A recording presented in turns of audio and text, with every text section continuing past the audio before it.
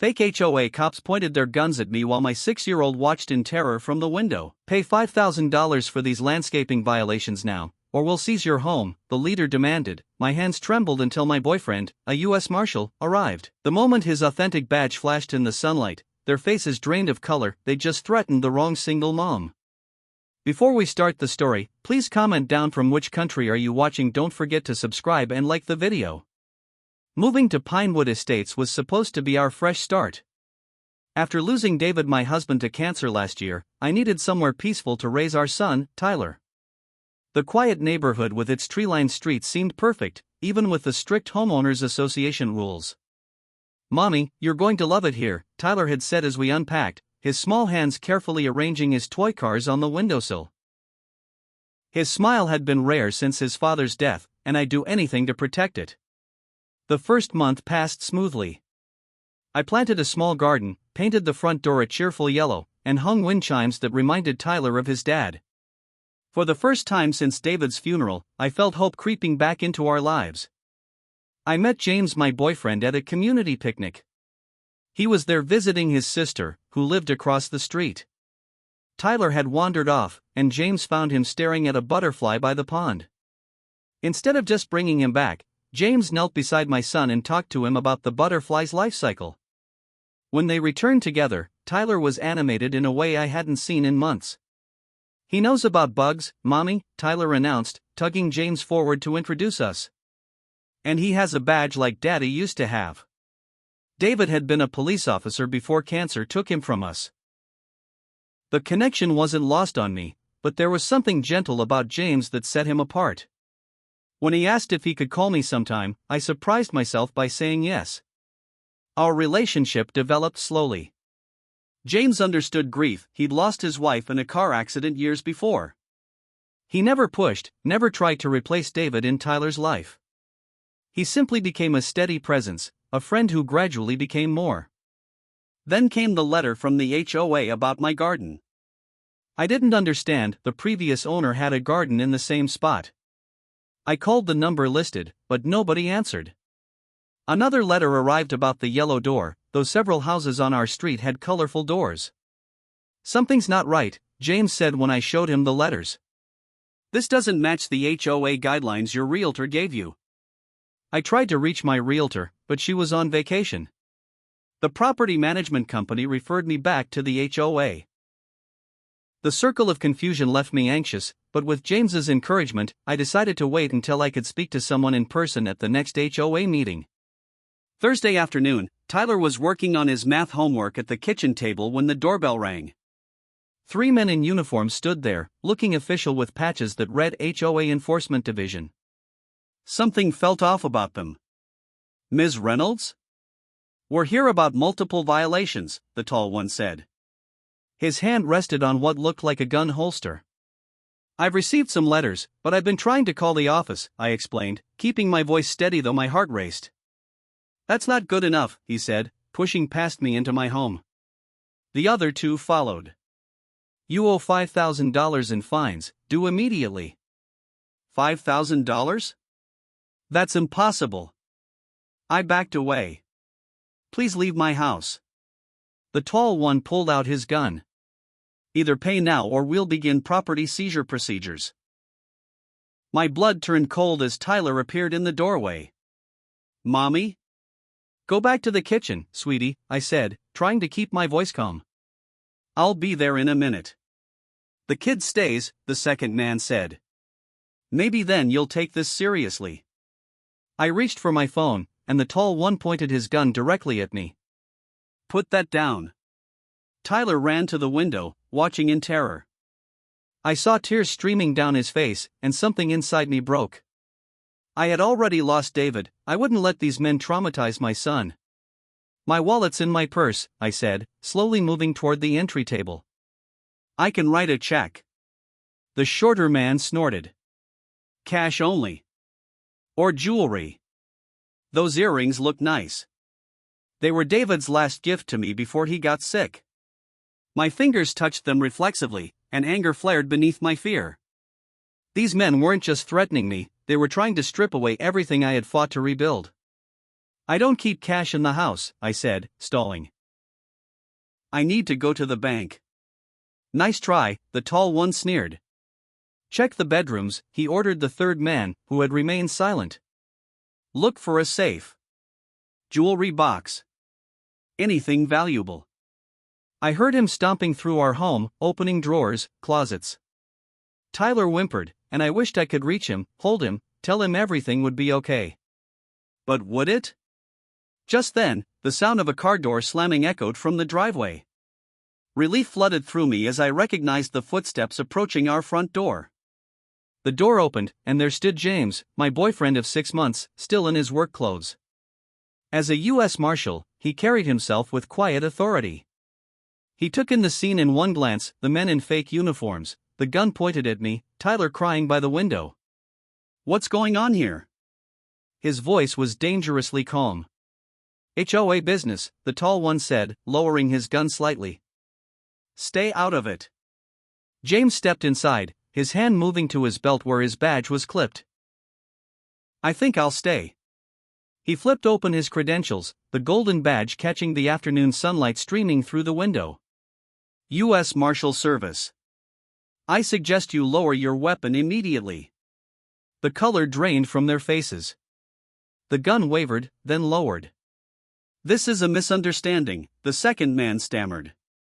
A misunderstanding involving armed men threatening a woman and child in their home? James moved closer, his eyes hard. Put the gun on the floor. Slowly. The tall one hesitated, then complied. James kicked it away. On your knees, all of you. Hands behind your heads. The third man came rushing back from the bedrooms, freezing when he saw James. He tried to run, but James's command stopped him cold. I wouldn't. My backup is already outside. It was a bluff, but they didn't know that. The third man sank to his knees beside the others. Tyler broke away from the window and ran to me. I caught him in my arms, feeling his small body shake with sobs. It's okay now, I whispered, stroking his hair. James is here. We're safe. While James called for backup, I held Tyler close, whispering reassurances. Within minutes, police cars filled our driveway, lights flashing. The investigation revealed the truth. These men weren't HOA representatives but scammers who had targeted several communities. They researched new homeowners, especially single women, sent fake violation notices, then showed up demanding payment. Most victims paid out of fear. You're not the first they've targeted, Detective Martinez explained later as we sat in our living room. But you might be the last, thanks to your boyfriend. The detective was a kind woman with tired eyes who took special care to talk to Tyler at his level. She explained that the bad men were going to jail and wouldn't be coming back. Were you scared? Tyler asked her, his voice small. She smiled gently. Everyone gets scared sometimes. But you know what? You and your mom were very brave. Your mom protected you, and you protected her by watching from the window. Tyler considered this, then nodded seriously. And James protected both of us. That's right, the detective agreed. That's what good people do, they protect each other. When the police searched their vehicle, they found fake badges, stolen guns, and a list of addresses, all single-parent households. My name had been circled in red. They've been running this scam across 3 counties, James told me after the detective left. They target people they think won't fight back. People like me, I said quietly. James took my hands in his. They underestimated you. You kept your head, protected Tyler, and stalled until help arrived. Not everyone would have been that clever under pressure. I hadn't felt clever, just terrified. But his words helped me see the situation differently. I hadn't been just a victim. I had fought back in my own way. That night, after Tyler finally fell asleep, I sat on the porch with James, my hands still shaking. How did you know to come over? I asked. You weren't supposed to visit until tomorrow. He smiled gently. Tyler called me. He remembered the emergency button I programmed into his tablet. Smart kid. Tears filled my eyes. David would be so proud of him. He would be proud of you too, James said, taking my hand. You kept your cool in an impossible situation. The nightmares started that night. Tyler woke up screaming, convinced the bad men were back. I wasn't much better. Every creak in the house, every passing car made my heart race. James stayed with us that weekend, sleeping on the couch, his presence a comfort. Have you thought about moving? He asked on Sunday morning as we watched Tyler play in the backyard. I can't, I said. We just got settled. Tyler's starting to make friends. And running away would teach him the wrong lesson. James nodded, respect in his eyes. So what do you want to do? I thought about it. I want to make sure this never happens to anyone else. The next week, neighbors I'd never met came by with food, flowers, and support. The real HOA president visited to apologize, though it wasn't their fault. They announced new security measures and a community watch program. Mrs. Abernathy from next door brought over a casserole and stayed for tea. I saw those men arrive, she admitted, shame in her voice. Something seemed off, but I didn't want to be nosy. Next time, be nosy, I told her. Call the police if something doesn't feel right. That's what I'm going to do from now on. She squeezed my hand. You've got guts, honey. This neighborhood needs more people like you. I couldn't sleep well after the incident. Every time I closed my eyes, I saw the gun pointed at me, saw Tyler's frightened face. James suggested we channel that fear into something positive. You have a platform now, he said. People are listening. He was right. The local news had covered the story, and community members were asking what they could do. With James's encouragement, I organized a neighborhood safety workshop. The Real HOA provided the meeting space, and James invited colleagues to speak about home security and recognizing scams. The turnout was beyond my expectations. Over 100 people came, including families from neighboring communities that had experienced similar scams. I paid them $3,000, admitted Mrs. Garcia, an elderly widow. I was too ashamed to tell anyone. They threatened to take my house, shared another single mom. I took out a loan to pay them. Their stories strengthened my resolve. We formed a support group for victims and established a community alert system. When someone unknown approached a home, neighbors would check in. The workshop led to a monthly community safety meeting. We discussed everything from scams to fire prevention to emergency preparedness. Children were included with age-appropriate activities. Tyler particularly enjoyed the fingerprinting session led by a police officer friend of James. The experience awakened something in me that had been dormant since David's death, a sense of purpose. I began volunteering with a victim advocacy group, using my experience to help others. The raw pain of the incident gradually transformed into determination. You've built something remarkable, James said one evening as we left a community meeting. Look around. I did. Neighbors chatted on porches, children played freely in yards, people walked dogs at dusk without fear. The community felt alive, connected. We built it together, I corrected him, taking his hand. Tyler's nightmares gradually subsided, but he developed a fear of strangers that concerned me. His teacher called to say he was having trouble concentrating in class.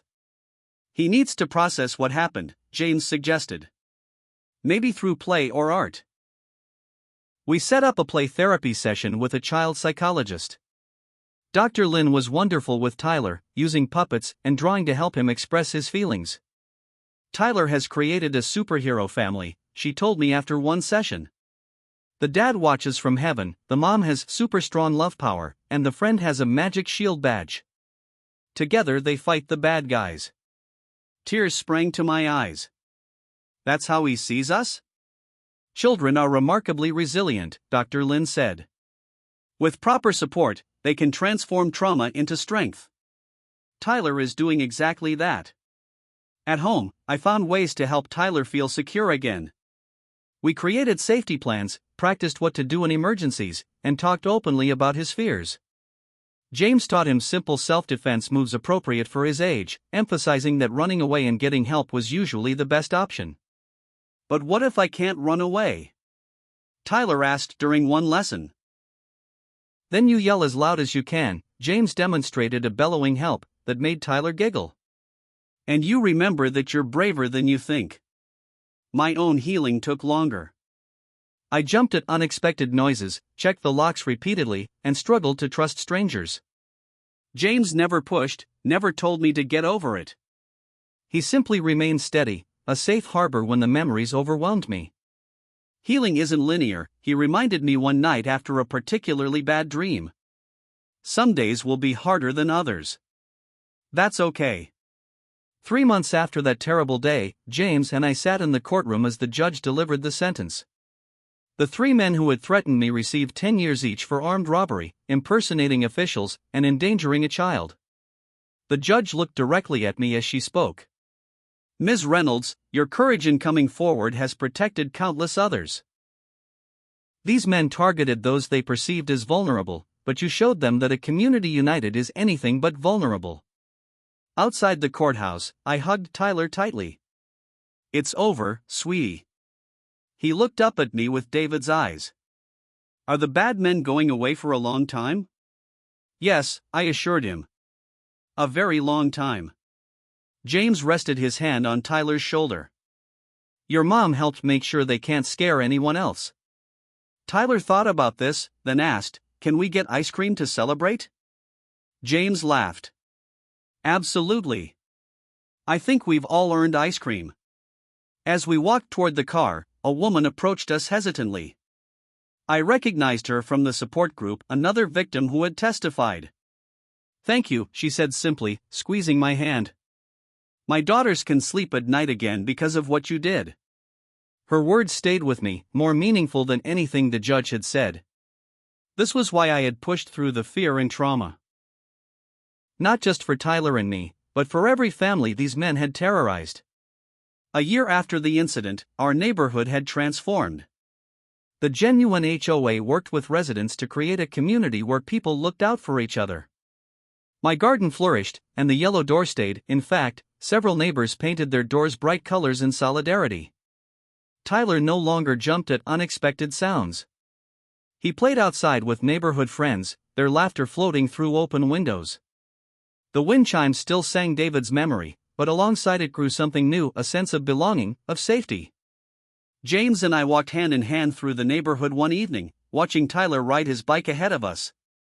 "I'm thinking of asking the Marshal Service for a permanent assignment in this district," James said casually. I squeezed his hand.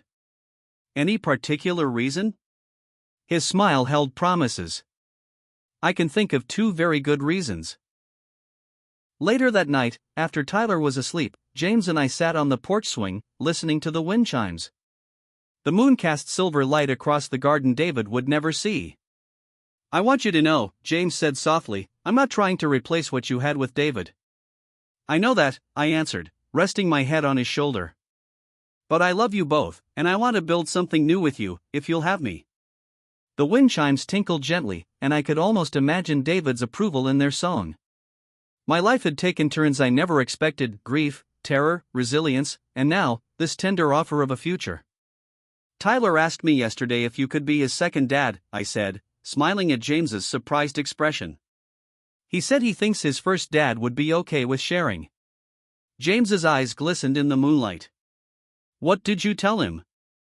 "I told him we'd have to ask you. So I guess I'm asking now." His answer was a kiss that tasted of promise and new beginnings. As the sun set over Pinewood Estates, I realized that from the darkest moments can come the brightest beginnings. We had faced danger together and emerged stronger, not just my small family, but our entire community. The fake HOA cops had intended to prey on my perceived weakness as a single mother. Instead, they revealed a strength I didn't know I had and a community I didn't realize was waiting to embrace us. Sometimes, it takes facing our worst fears to discover our greatest courage. And sometimes, in that courage, we find not just safety, but love.